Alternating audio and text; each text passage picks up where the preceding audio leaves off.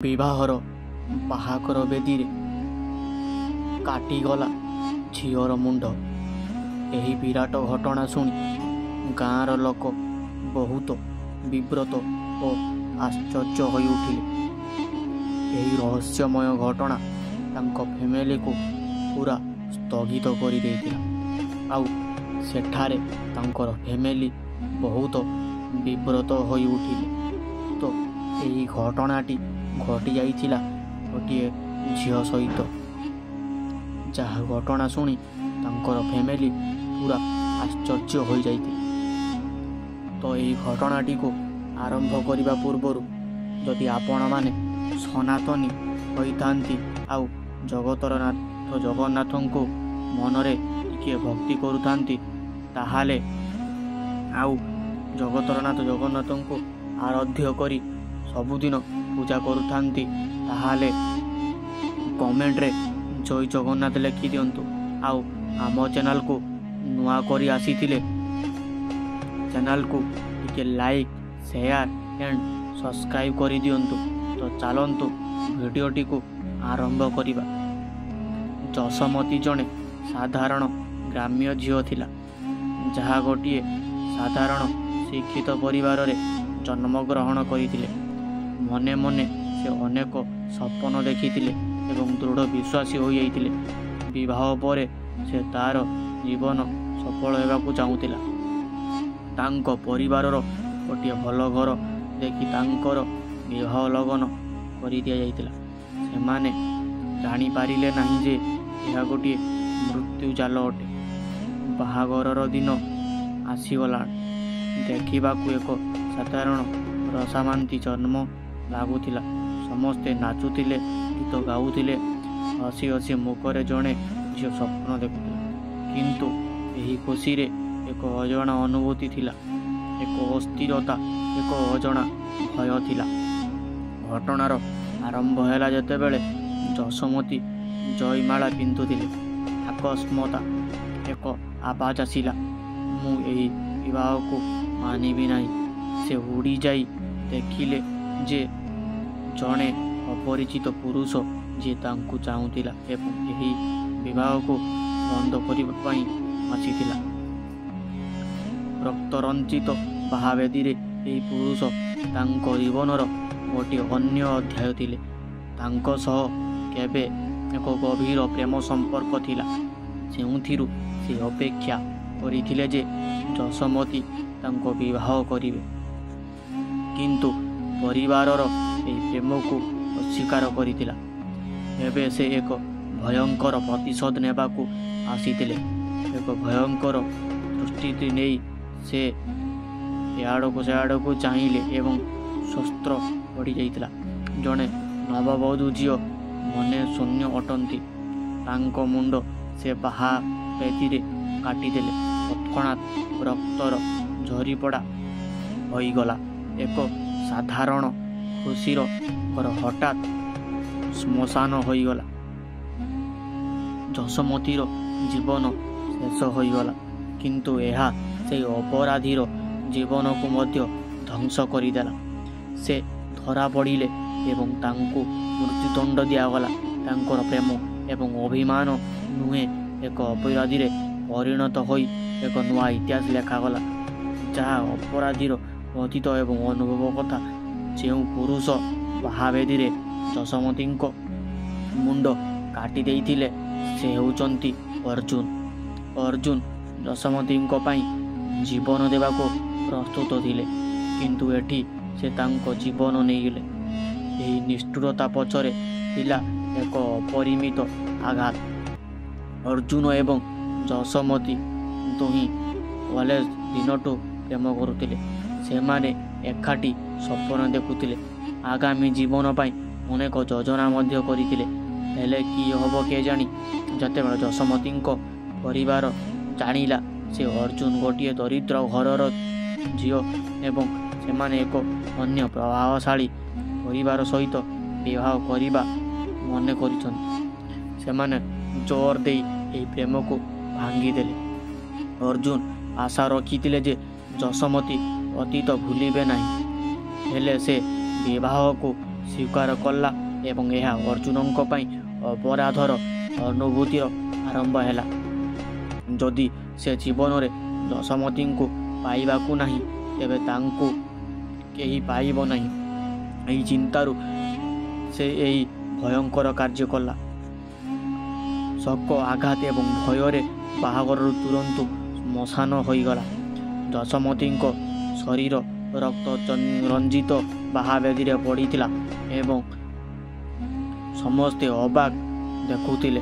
ତାଙ୍କ ପିତା ହେଉ କି ତାଙ୍କ ହୁଏତ ଆଗାମୀ ସ୍ୱାମୀ କେହି ଏହି ଘଟଣାକୁ ବିଶ୍ୱାସ କରିପାରୁନଥିଲେ। ଏକ ଉତ୍ସବ ଦିନ ମୃତ୍ୟୁ ଦିନରେ ପରିଣତ ହୋଇଗଲା। ପୋଲିସ ତୁରନ୍ତ ଘଟଣାସ୍ଥଳରେ ପହଞ୍ଚିଲା। ଅର୍ଜୁନ ଲୁଚିବାକୁ ଚେଷ୍ଟା କଲେ କିନ୍ତୁ ଜନସମାରୋହ ଭିତରେ ସେ ଧରା ପଡ଼ିଗଲେ। ସେ ଯଦିଓ ଅଭିଯୋଗକୁ ସ୍ୱୀକାର କଲେ ତାଙ୍କ ଚକ୍ଷୁମାନେ ଅନୁତାପରେ ପରିପୂର୍ଣ୍ଣ ଥିଲେ। ଏହି ଅନୁତାପ କିନ୍ତୁ ଯଶୋମତୀଙ୍କୁ ଫେରାଇ ପାରିବ ନାହିଁ। ଅର୍ଜୁନଙ୍କ ଏହି କାର୍ଯ୍ୟ ହେଉଥିଲା ଅପରାଧ କିନ୍ତୁ ସତ୍ୟ, ପ୍ରେମ ଏବଂ ସମାଜର ନିୟମ ଯଶୋମତୀଙ୍କୁ ଏଠି ଅର୍ଜୁନ ହତ୍ୟା କଲେ।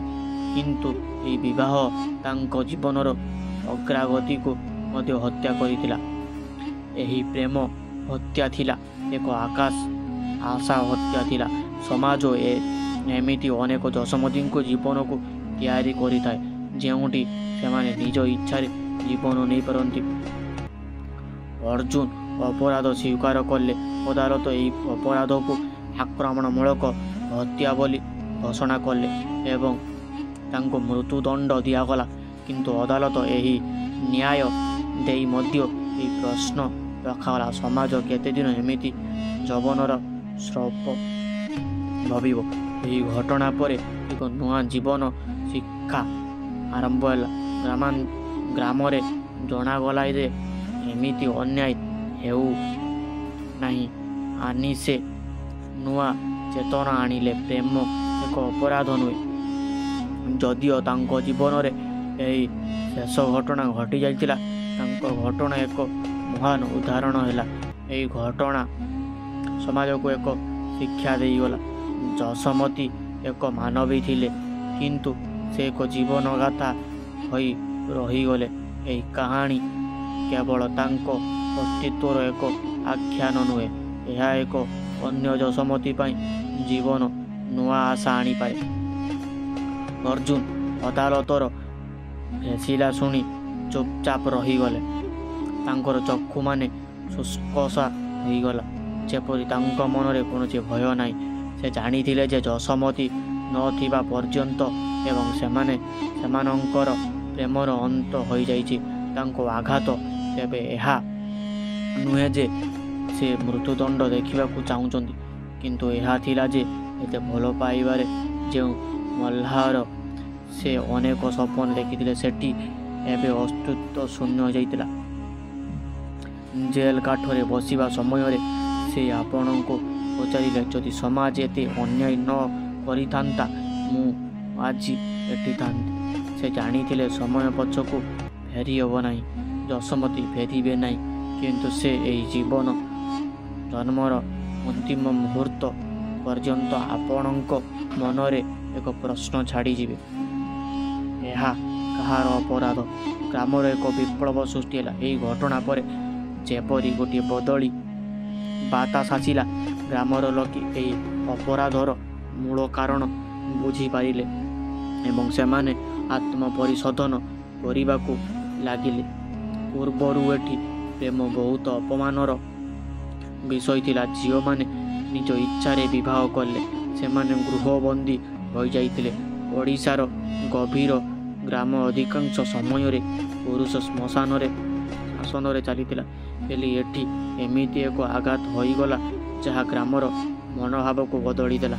ଗ୍ରାମର ଏକାଧିକ ଝିଅମାନେ ନିଜ ଅଧିକାର ନେଇ କଥା କହିଲେ, ଏଠି ଆଉ ଏମିତି ଅନ୍ୟାୟ ହେବ ନାହିଁ। ଏହି ଅଭିଯାନ ଆରମ୍ଭ ହୋଇଗଲା। ଏହା ଯଶୋମତୀଙ୍କ ପାଇଁ ଏକ ବିଶେଷ ସ୍ମୃତି ରହିଗଲା। ଯଶୋମତୀଙ୍କ ପିତା ହେଉ କି ମା, ସେମାନେ ତାଙ୍କର ଆଘାତ ସହନ କରିପାରିଲେ ନାହିଁ। ଜୀବନର ଅନ୍ତିମ ଅଂଶ ପର୍ଯ୍ୟନ୍ତ ସେମାନେ ଏକ ପ୍ରଶ୍ନର ଉତ୍ତର ଖୋଜୁଥିଲେ। ମୁଁ କ'ଣ ଭୁଲ କଲି? ଯଶୋମତୀ ଜୀବନର ଅନ୍ତରରେ ସେ ମଧ୍ୟ କେବେ ନ କହିଥିଲେ ଯେ ସେ ଅସନ୍ତୁଷ୍ଟ।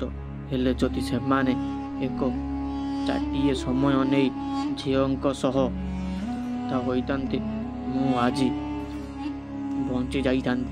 ସେମାନେ ଯଶୋମତୀଙ୍କ ସ୍ମୃତିରେ ଏକ ଦେବୀ ମନ୍ଦିର ନିର୍ମାଣ କଲେ, ଯେଉଁଠି ଏକ ନୂଆ ଯୁଗର ଅଭିଯାନ ଆରମ୍ଭ ହେବାକୁ ଲାଗିଲା। ଅର୍ଜୁନ ନିଜର ମୃତ୍ୟୁଦଣ୍ଡ ଆଶା କରୁଥିଲେ, ହେଲେ ତାଙ୍କ ମନରେ କେବଳ ଏକ ପ୍ରଶ୍ନ ହିଁ ଘୁରି ଯାଉଥିଲା, ମୁଁ ଏତେ ଭଲ ପାଉଥିଲି, ମୁଁ ଏପରି କାହିଁକି କଲି? ତାଙ୍କ ମୃତ୍ୟୁ ପୂର୍ବରୁ ଗ୍ରାମର ଲୋକମାନେ ଅଦାଲତରେ ଅବଦାନ ଦେଇ ତାଙ୍କ ଦଣ୍ଡ ହ୍ରାସ କରିଥିଲେ। ସେ ଆଜୀବନ କାରାବାସ ଭୋଗ କରିବାର ନିଷ୍ପତ୍ତି ହେଲା। ଯଶୋମତୀ ଏବେ ଏକ ନୂଆ ପ୍ରେରଣା ହୋଇପଡ଼ିଛନ୍ତି। ସେ ଜୀବନରେ ମାନୀଷଙ୍କ ପାଇଁ ଏକ ବିଖ୍ୟାତ। ସମୟ ଅଗ୍ରଗଣୀ ଅନୁସାରେ ଏକ ଘଟଣାରେ ଶେଷ ହୋଇଯାଇଥିବା ଜୀବନ ଏବେ ଏକ ନୂଆ ଦିଗ ନେଇ ଆସିଥିଲା। ଯଶୋମତୀଙ୍କ ସ୍ମୃତିରେ ନିର୍ମିତ ଯଶୋମତୀ ଦେବୀ ମନ୍ଦିର ଆଜି ଗ୍ରାମର ଏକ ପବିତ୍ର ସ୍ଥଳ ହୋଇଯାଇଥିଲା। ଏଠି ପ୍ରତିବର୍ଷ ଝିଅମାନଙ୍କର ଅଧିକାର ନେଇ ଅନେକ ଆନ୍ଦୋଳନ ଓ ଆଲୋଚନା କରାଯାଉଥିଲା। ଅର୍ଜୁନ ଜେଲ ମଧ୍ୟରେ ଅଛି। ସେ ଏହି ଜୀବନର ମାନସିକ ପୀଡ଼ାକୁ ସହିବାକୁ ଶିଖିଗଲେ। ସେ ଏବେ ଜେଲ ମଧ୍ୟରେ ଅନ୍ୟମାନଙ୍କୁ ଶିକ୍ଷା ଦେଉଛନ୍ତି ଯେ କୌଣସି ଅନ୍ୟାୟକୁ କେବେ ବି ଅନୁମୋଦନ କରିବା ଉଚିତ ନୁହେଁ। ଗ୍ରାମର ଛୋଟ ଝିଅମାନେ ଯଶୋମତୀଙ୍କ କଥା ଶୁଣି ତାଙ୍କୁ ନୂଆ ପ୍ରେରଣା ଭାବରେ ଦେଖୁଥିଲେ ଏବଂ ଏହି ଘଟଣା ଏକ ନୂଆ ଏବଂ ଆଶାମୟ ଯୁଗ ଆଣି ଦେଇଥିଲା। ସୂର୍ଯ୍ୟ ପ୍ରତିଦିନ ନୂଆ ଆଲୋକ ନେଇ ଉଦୟ କରୁଥିଲା। ଏହି ଗ୍ରାମରେ ଆଉ କୌଣସି ଝିଅର ମୁଣ୍ଡ କାଟିବା ଘଟଣା ହେବ ନାହିଁ। ଏଠି ପ୍ରେମ ଅପରାଧ ନୁହେଁ, ପ୍ରେମ ହେଉଛି ଏକ ଅଧିକାର। ଏବେ ଜୀବନ ନୂଆ ଦିଗ ନେଇ ଆଗକୁ ବଢ଼ି ଚାଲିଲା। ତ ଭିଡ଼ିଓଟି ଆପଣମାନଙ୍କୁ କେମିତି ଲାଗିଲା? ଯଦି ଆପଣମାନଙ୍କୁ ଭଲ ଲାଗିଥାଏ ତାହେଲେ କମେଣ୍ଟରେ ଜୟ ଜଗନ୍ନାଥ ଲେଖିଦିଅନ୍ତୁ। ଆଉ ଚ୍ୟାନେଲକୁ ନୂଆ କରି ଆସିଥିଲେ ଚ୍ୟାନେଲକୁ ଲାଇକ୍, ସେୟାର ଆଣ୍ଡ ସବସ୍କ୍ରାଇବ୍ କରିଦିଅନ୍ତୁ।